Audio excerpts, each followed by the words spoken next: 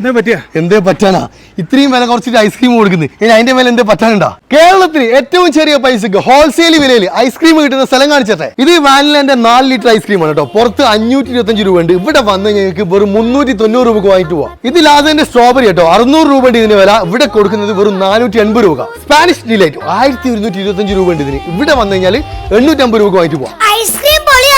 ഇനി premium quality ice cream നോക്കിയാലോ? 900 MRP നിങ്ങൾക്ക് തരുന്ന 700 രൂപ 5 ലിറ്റർ.